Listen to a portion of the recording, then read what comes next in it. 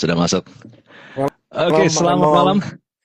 Selamat malam, selamat malam. Wah, gimana kabarnya? kabar baik. Kabar baik. Ya, ini pertama kalinya kita live bersama. Salam kenal juga ya. Ya, salam kenal Pak Remon.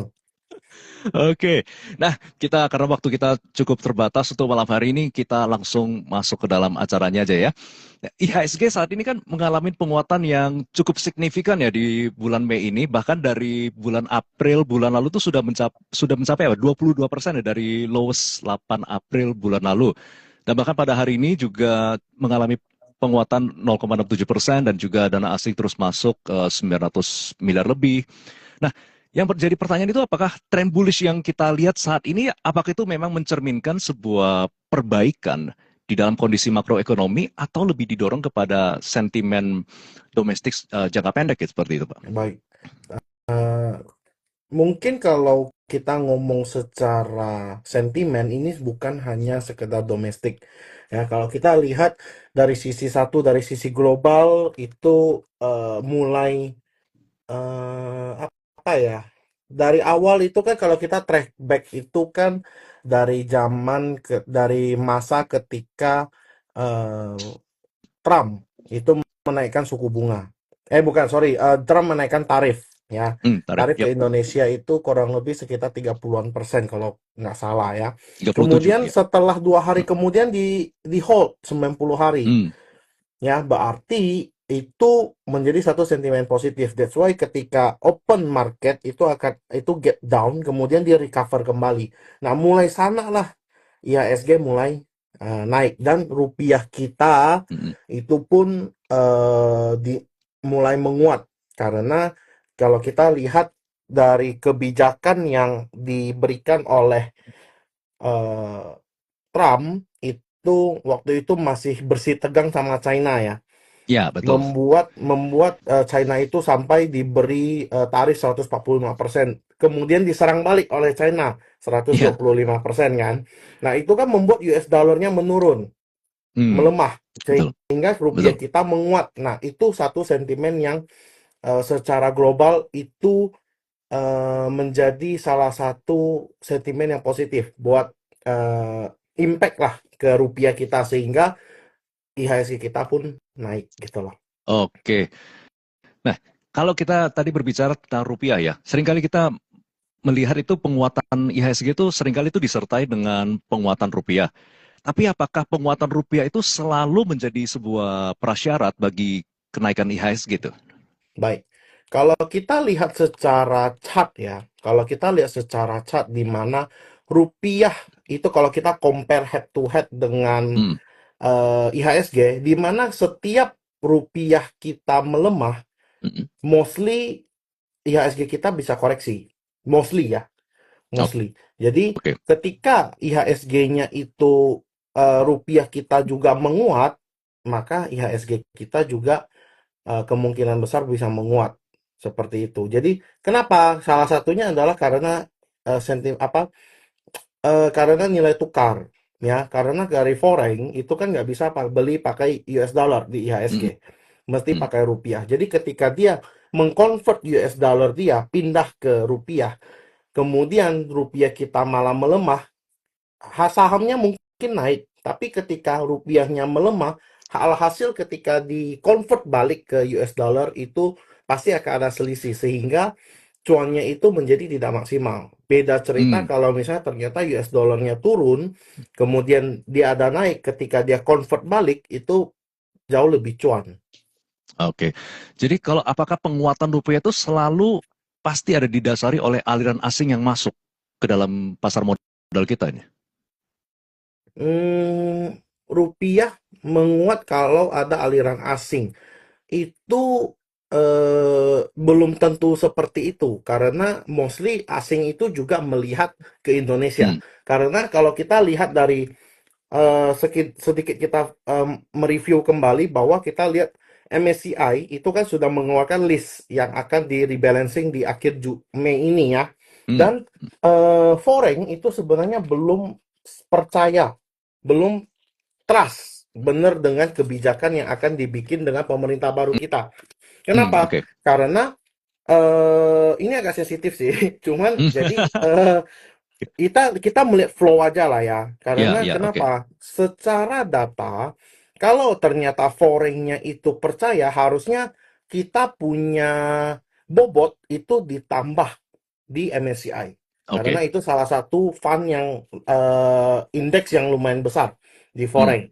Nah, kalau ternyata fund besar aja itu masih belum meningkatkan rating dari IHSG dan kita belum masuk ke big caps-nya dia, otomatis kita tidak bisa dapat inflow. hmm, Yang masuk malah ke middle cap-nya, ya, oke. yang di reshuffle malah middle cap-nya. Nah, Ya. kemudian kalau kita lihat ya sebenarnya dengan ada foreign atau enggak, apakah pengaruh dengan rupiah? Belum tentu, tidak serta-merta Hmm, seperti itu. Bisa dari unsur politik, bisa dari unsur kebijakan yang dibikin oleh pemerintah, apakah menguntungkan bagi negara itu atau enggak? Karena kita termasuk negara berkembang. Memang secara risk and reward, reward kita pasti jauh lebih menarik hmm. dibanding dengan yang develop market. Tapi ingat, risk kita juga tinggi, Iya, gitu loh. oke. Ya, mungkin seperti itu. Oke. Baik, baik, baik. Oke, ini ada pertanyaan dari Pak Yudi, tapi nanti kita akan jawab pertanyaan setelah setelah kita bincang-bincang ya dengan Pak Ya, Hendy. Oke, nah dalam konteks investor asing, sebenarnya bagi mereka itu yang lebih krusial untuk menjaga kepercayaan itu ya, untuk masuk ke pasar modal, itu sebenarnya dari salah satunya apakah dari penguatan rupiah sendiri atau justru dari kestabilan dari rupiah itu sendiri, Pak ya?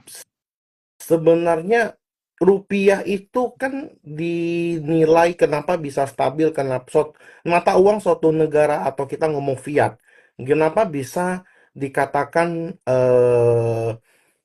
bisa dibilang stabil atau enggak, sebenarnya banyak faktor yang menilai. Hmm, Salah satunya bisa dari kebijakan pemerintah. Salah satunya juga bisa dari cadangan. Ada beberapa mata uang fiat yang kalau kita lihat itu base-nya itu dari emas. Jadi semakin besar cadangan emasnya, biasanya dia semakin kuat. Seperti itu, kayak contoh China. China China itu ya. cadangan emasnya besar banget. Ya, that's why kenapa dia stabil gitu loh. Harganya Hmm, stabil. Dia kan lagi cetak uang nih.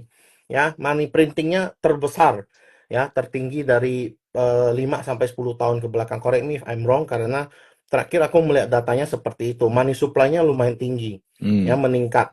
Sehingga harganya itu pun masih kurang lebih di 2000-an, ya. Nah, jadi eh, banyak sekali faktor yang bisa membuat rupiah itu ataupun mata uang itu menjadi eh, dia bisa stabil ataupun dia fluktuatif hmm. gitu, Pak Raymond.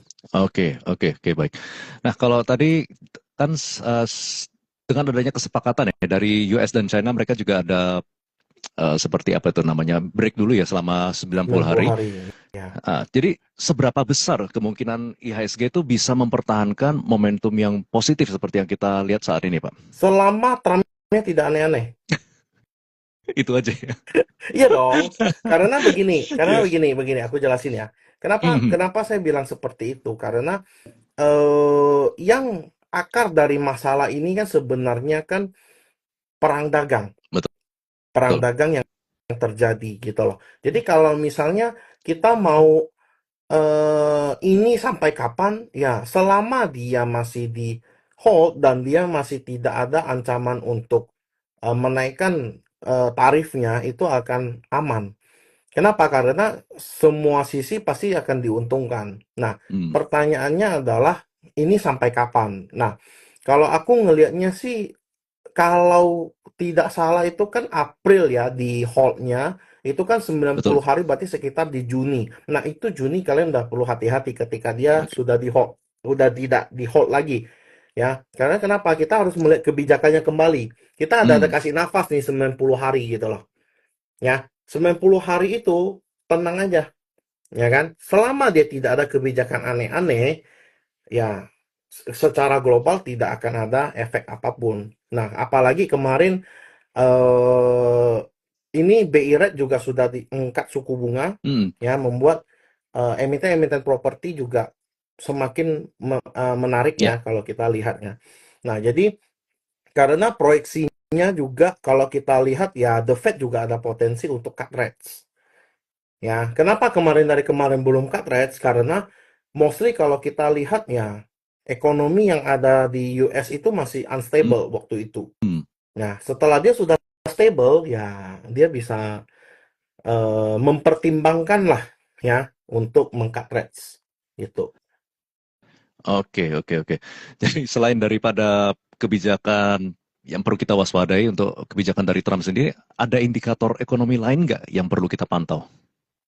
Indikator ekonomi lainnya kalau kalau untuk global, I think itu ya. Kemudian kalau dari regional itu kalau kita lihat China, Jepang itu menarik sebenarnya. Kenapa? Karena kalau China dan Jepang itu kan termasuk ya negara yang bisa dibilang cukup maju ya di Asia Hmm. ya. Hmm. Nah, jadi apalagi Jepang sekarang kan sudah mulai menaikkan suku bunga, ya kan? Kalau dia mulai menaikkan suku bunga, otomatis dia punya nilai tukar itu bisa lebih kuat. Nah, sehingga Hmm. Ya. orang-orang itu mulai memanfaatkan momentum untuk invest ke China, ke Jepang gitu loh. Nah, kalau kita lihat secara top down analisis ya, kita lihat dari global ya berarti US dan sebagainya, kemudian regional ya berarti kita perhatiin karena kemarin juga ada dapat sentimen sedikit dari India. India yang perang dengan Pakistan Pakistan kan. ya. Nah, otomatis kemungkinan ada outflow yang bisa terjadi. Hmm. Bisa jadi terjadi dari China, Oke. dari India, Dari sorry. India, ya. Dari India. Nah, kalau ternyata dia outflow, salah satu yang menarik ya termasuk Indonesia. Oke. Setelah China kalau menurutku ya, gitu loh. Nah, Itu apakah valuasi pasar di Indonesia itu masih terhitung murah, Pak? masih masih murah Masih murah. dibanding Hmm. dengan kalau kita dibanding dengan China yang juga sudah mulai naik, ya menurutku valuasi yang dari IHSG ya masih murah banget kalau kita Hmm. nilai gitu loh. Nah, kemudian kalau kita lihat secara domestik ya kita lihat Red sudah mulai di-cut, kemudian kebijakan yang sudah diberikan ini pun sementara masih berjalan so-so aja, tidak ada bagaimana. Ya kan? Nah, selanjutnya kita tinggal lihat kebijakan apa yang akan dibikin. Apakah itu akan menguntungkan untuk Indonesia atau tidak? Hmm. Oke, oke. Nah, sekarang ini, kalau secara historis, biasanya kan harga emas dan pasar saham itu sering menunjukkan sebuah korelasi yang negatif ya, atau dengan kata lain mereka seringkali bergerak berlawanan arah. Belakangan ini, meskipun pasar saham global dan regional itu cukup menguat, harga emas justru kembali melakukan ini, menunjukkan tren penguatan yang kuat juga, meskipun dia sempat melemah, tapi beberapa waktu ini sempat rebound kembali ya, menjadi kuat ya. Ya. Apakah ini mencerminkan masih adanya kekhawatiran pasar terhadap ketidakpastian global? Selama kalau menurutku ya, kalau emas ya, selama eh, dia masih harganya cukup tinggi di level 3.200-an. Sekarang kan 3298. Kurang lebih 3.300 lah. Itu masih terbilang cukup tinggi kalau Hmm. menurutku. Jadi kalau dibilang apakah masih kekhawatiran? Ya pasti masih. Hmm. Karena kenapa? Bersih tegang antara eh, Rusia Ukraina aja belum beres. Hmm. Israel Palestina juga belum beres. Kemudian ditambah lagi India India, Pakistan Pakistan ya. udah tiga, Hmm. benar nggak? Ditambah satu perang ekonomi, perang dagang yang terjadi antara US dengan China. Ya pasti orang akan mulai untuk mencari safe haven. Ya Ya, salah satunya ya pasti emas gitu emas loh. ini ya. Mm. Iya, iya. Ini dari Pak Yudi juga berkata, ya benar emas kuat banget antam di 2.900-an. Iya, emasnya tinggi banget. Emas antamnya tuh Tinggi. terbang sampai kemana-mana udah. Oke, oke. Nanti kita akan bahas lebih lanjut lagi. Nah, jadi kalau dengan kondisi IHSG yang saat ini sedang cukup bullish, rupiah yang relatif menguat dan stabil disertai dengan tensi global yang mulai bereda, sektor apa yang saat ini paling menarik sendiri untuk Pak Hendy ini? Apa yang menjadi saham favorit pilihan ya untuk kondisi-kondisi seperti sekarang ini, Pak? Oke, kalau saya masih melihat di basic material itu masih cukup menarik ya, bahan mentah, kemudian di energi itu pun masih cukup menarik, ya kan? Nah, yang saya perhatiin, mulai perhatiin itu di sektor apa itu namanya? Properti, Properti, oke. properti. ya, ke properti, kemudian infrastruktur, kemudian ada healthcare, ya healthcare ya nggak banyak sih yang Kenapa kinerjanya healthcare? oke. Healthcare ini secara sektoral tiba-tiba dia naiknya cukup lumayan. Dia plus 16% Hmm, month to date dibanding dengan IHSG yang naik 10%, dia sudah naik 16%, which is dia bergerak above IHSG, which is berarti sektoralnya lagi jalan. hmm, Seperti itu. Ditopang oleh apa? Ditopang oleh salah satunya ya KLBF. Kalau kita lihat KLBF secara kinerja itu EPS-nya lumayan loh, plus oke. 25%, ya kan? Kemudian itu meningkat dari kuarter sebelumnya di Desember, kuarter 4 kemarin, which is ini bagus gitu loh. Bayangin kalau lu pegang KLBF yang orang tahu KLBF itu suatu emiten yang cukup lemot, ya kan? Cukup Iya lemot, betul. dia rebound dari 1000 sampai 1500 itu half beggar loh Hmm, untuk sekelas KLBF, ya kan? Nah, jadi menurutku kinerja perusahaan dengan sektoral itu biasanya bersinggungan seperti itu. oke. Jadi menurutku untuk healthcare masih cukup menarik. Kemudian ada transportasi, transportasi ada burung biru, Hmm, ya burung biru ini cukup oke. menarik. Burung biru ini, cuman ya perhatiin aja dia punya liquidity. Biasanya yang transport ini tuh liquidity-nya agak kurang. Hmm, Nah, jadi menurutku ya sebenarnya untuk untuk sektoral masih infrastruktur ya basic material, energi, healthcare, transportasi dan watchlist saya di properti. oke. Kalau emas itu termasuk di Basic basic material, ya? basic Oke, oke.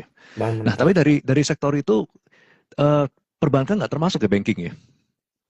Banking itu dia lebih mengikuti IHSG. Why? Karena 4 big banks-nya di sana. Hmm, Ya kan? Nah, secara kinerja dia hanya bergerak ya. IHSG kemana ya dia kemana gitu loh. hmm, Jadi kalau menurutku finance dengan diturunkannya suku bunga sebenarnya itu juga bisa efeknya itu bukan sekarang tapi mungkin ke depannya karena kalau suku bunga mulai di-cut, orang kan mulai spending lagi, tidak mulai menahan lagi kan. Nah, betul. spending itu kan berarti butuh fundamental yang mendorong. Nah, Hmm, fundamental ini kan delay. Nah, oke, fundamentalnya oke, delay berarti sektoralnya biasanya baru menyusul. Jadi kita trading dulu ataupun invest dulu di sektoral yang memang lagi leading oke. gitu. Kalau sebutan saya leading dengan lagging lah. Lagging ya, oke. Hmm. Ya, ya, ya. Nah, sekarang ini kan IHSG juga sudah mencatat kenaikan yang cukup agresif. Pertanyaannya gini, Pak. Sampai kapan kira-kira rally ini tuh bisa terus berlanjut? Dan apa saja resiko utama yang harus diwaspadai oleh setiap investor pada Baik. saat ini? Oke, saya jelasin mungkin dari sisi teknikal. Satu, kalau kita lihat secara teknikal, maka kalau dilihat ya IHSG memang lagi di resisten. Hmm, Pertama, oke, MA200 dan resisten trend yang terbentuk ketika dia turun kemarin, ya, ketika dia turun kemarin itu dari 18 September 2024 kemudian ketemu di Oktober 2024. Nah, itu ada satu tren kalau kita tarik. Ya, memang kejedot di sana juga gitu loh. oke, Nah, yang membuat kita perlu hati-hati itu ketika di akhir bulan nanti, ya minggu depan. Nah, minggu depan itu akan menjadi penentuan. Ya, penentuan apakah IHSG bisa koreksi sehat dulu. Ya, mungkin level 6.850 maybe, ya kan? Nah, baru nanti dia swing lagi. Nah, hmm, itu takes time gitu loh. Nah, dia pasti akan ya, ada koreksi seperti itu. Nah, kuncinya sih sebenarnya di tanggal-tanggal minggu depan ya, 26, 27, 28. Kita perlu lihat aja lagi nanti apakah IHSG akan melanjutkan kenaikannya atau masih bisa potensi untuk koreksi. Kalau untuk level sekarang sebenarnya kalau saya sendiri itu udah posisi jaga trailing stop.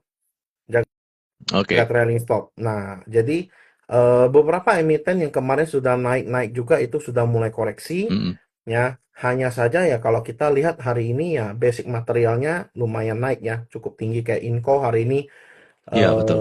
naik cukup tinggi sekitar berapa persen? 12% Belasan ya, persen.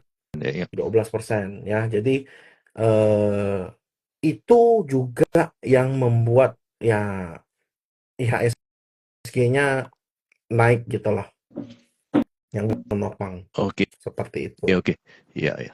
Terus kira-kira resiko tadi resikonya Oh apa ya, ya, Pak? resiko. Resiko. Resiko, sekarang sih cukup high risk ya, kalau sekarang ya. Cuman sebenarnya nggak perlu terlalu gimana khawatir karena untuk koreksi yang besarnya tuh udah selesai.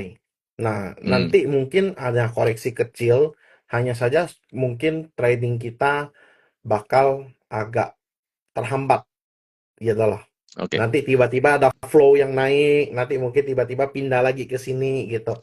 Nah, biasanya seperti itu. Jadi, tapi itu sih belum sih. Mungkin maybe setelah kebijakan Trump itu nanti selesai, dia pause-nya sudah selesai, kita lihat lagi gimana. Tapi kalau Hmm, ternyata itu beneran diterapin, itu bisa terjadi koreksi sih. oke. Oke, baik. Jadi untuk saat-saat sekarang ini, apakah masih aman untuk membeli atau sekarang ini tetap kita pada posisi untuk menjaga trailing stop untuk atau amankan cuan gitu, Oke. Pak? Kalau untuk kita mentrading di second liner sebenarnya tidak terlalu masalah ya. Hmm, Yang menjadi masalah itu kalau kita di big caps. oke. Nah, kalau kita untuk kayak seperti second liner itu banyak sekali emiten yang lagi breakout ya. Contoh kayak properti itu beberapa properti kayak eh Alam Sutra itu baru breakout ya. Itu juga menarik sebenarnya. Ya disclaimer ya, disclaimer. Jadi nanti teman-teman research sendiri lagi.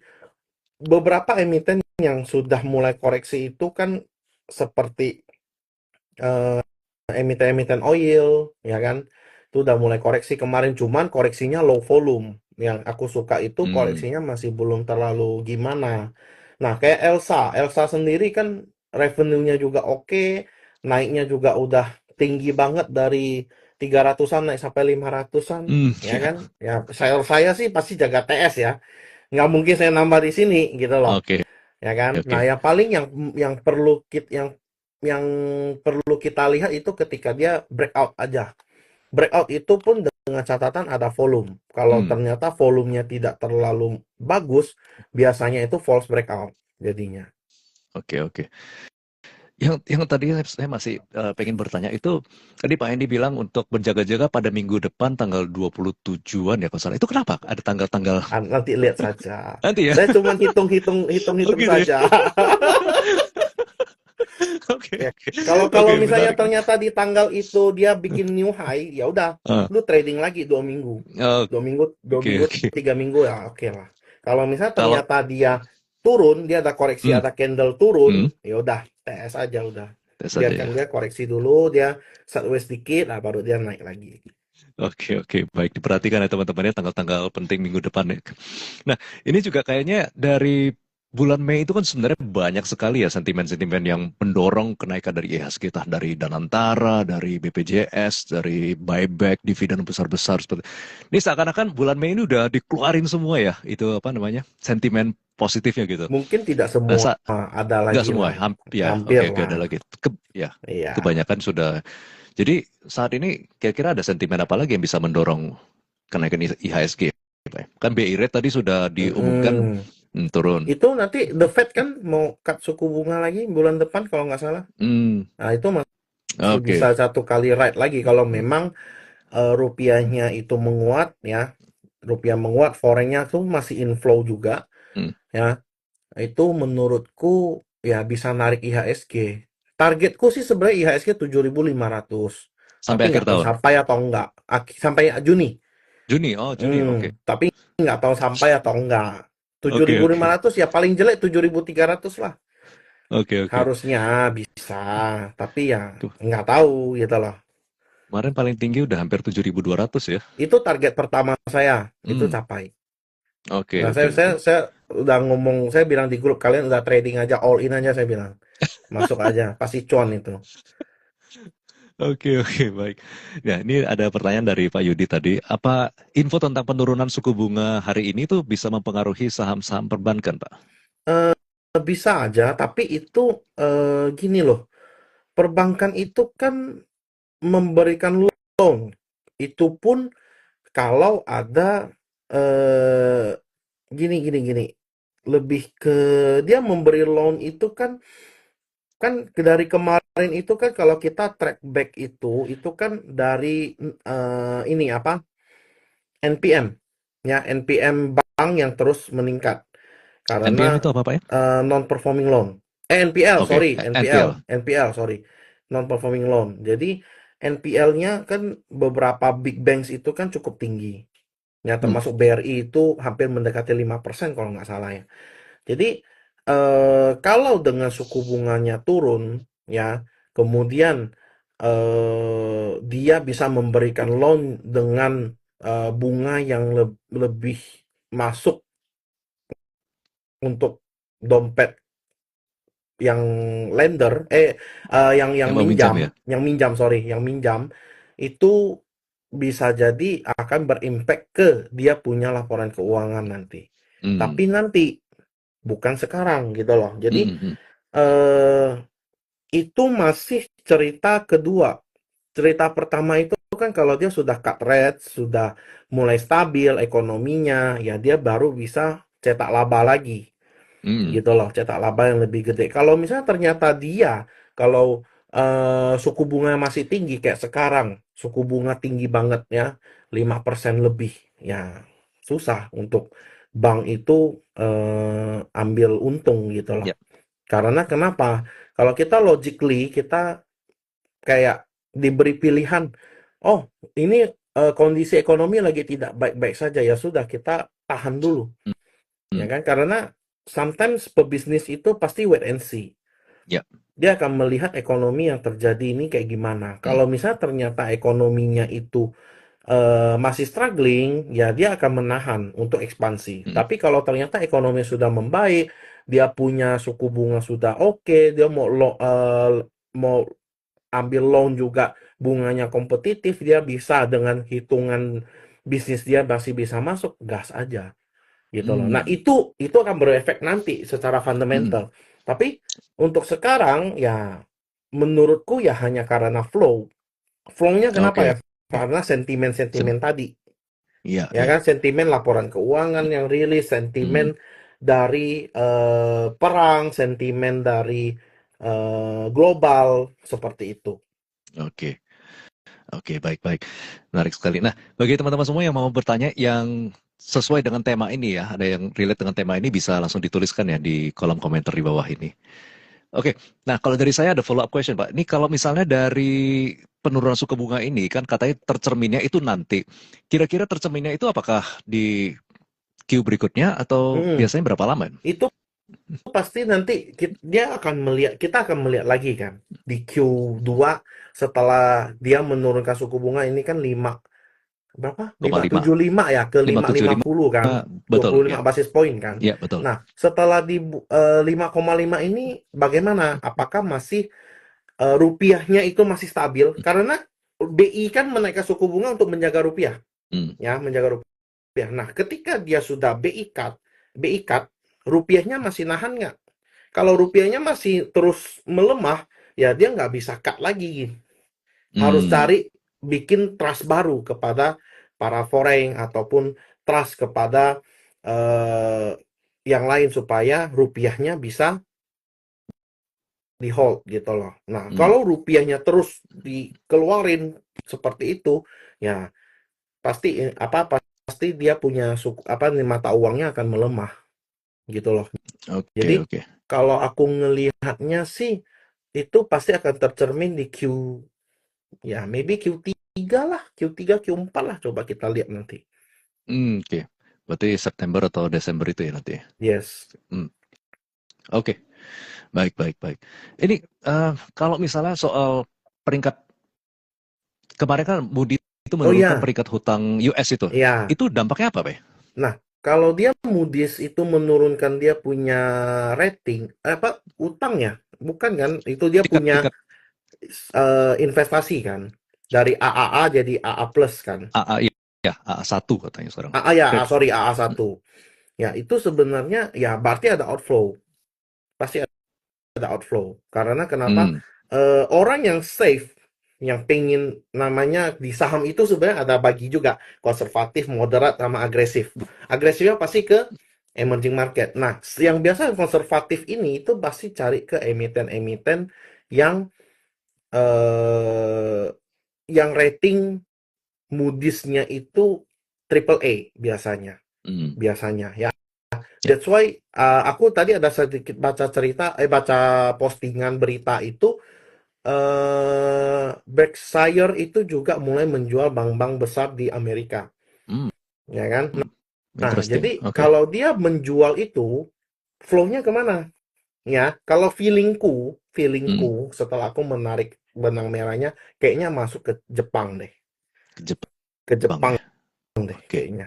Ya, karena Jepangnya itu lagi oke. Dia mau naikin dia punya ekonomi untuk saat ini. Karena dulu itu kalau aku track back, correct me if I'm wrong, kalau dulu kalau nggak salah Jepang itu ekonominya terlalu boost sehingga dia eh, mengerem, dia punya suku bunga sampai minus waktu itu kan. Hmm, ya, ya, Nah, betul. jadi ketika dia suku bunga minus, suku bunga 0%, orang taruh duit di sana, orang invest di sana itu pasti cuan. Hmm, Karena dia tidak ada cost-nya. ya, Nah, betul. ketika dia sudah mulai menaikkan, dia kan ada cost-nya. Mulai ada cost. Ketika udah mulai cost, kemudian dia akan menghitung risk and reward-nya. Kalau ternyata cost itu dibanding risk and reward-nya masih oke, apalagi sekarang masih, correct me if I'm wrong, 0,5, ya, menurutku itu pun masih oke gitu loh. Dibanding dengan negara-negara lain. Jadi menurutku maybe bisa pindah ke Asia uangnya. Nah, Hmm, setelah oke. mereka itu di sana nanti sudah settle, baru pindah Pindah lagi ke lagi. yang kecil-kecil. Nah, gitu loh. Baru rating kita bisa dinaikin. Oke, oke, Gitu. oke. Jadi untuk sekarang ini kita enjoy the ride dulu ya. Enjoy the ride dulu. Ya Oke, baik. mungkin Jumat nanti lah udah mulai pelan-pelan diperhatiin kurangi porsi ya sambil lihat lah nanti tanggal 26, 27, 28 itu kurang lebih segitu. Nah, kan soalnya 29 libur kan. Hmm, 29 ya libur betul, 29 kan. libur. Jadi 3 hari itu biasanya Senin, Selasa, sepi. Rabu ya.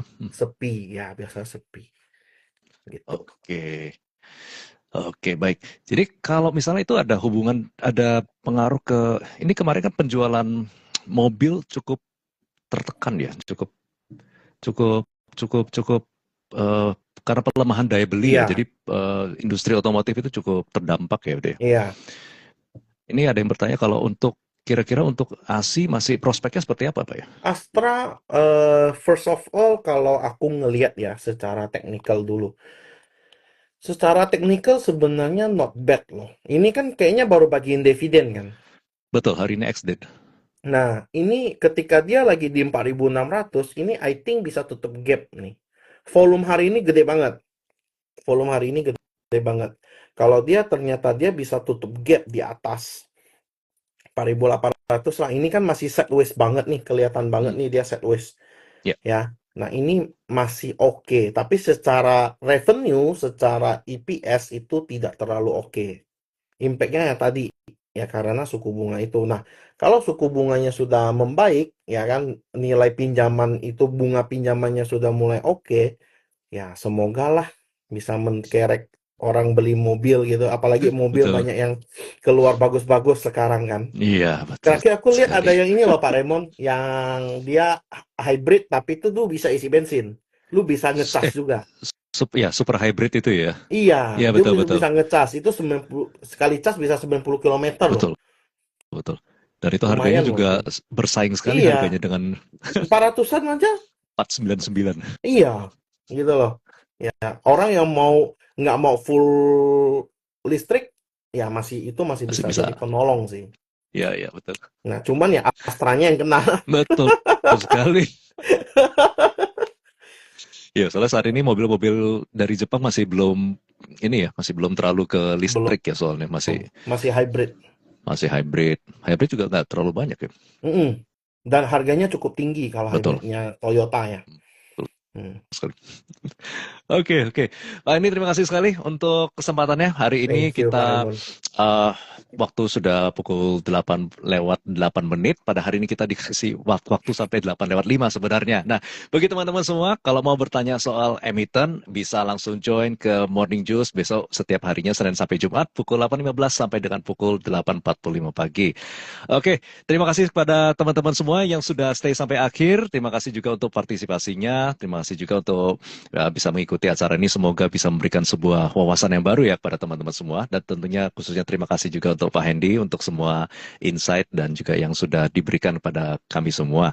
Thank you, Pak Oke, kalau Raymond. begitu kita ucapkan selamat malam kepada teman-teman semua. Karena ingat bersama dengan YB Sekuritas kita yakin bertumbuh bersama. Oke, sampai jumpa semuanya. Sampai jumpa Pak Hendy. Sampai jumpa. Selamat malam. Bye-bye. Malam.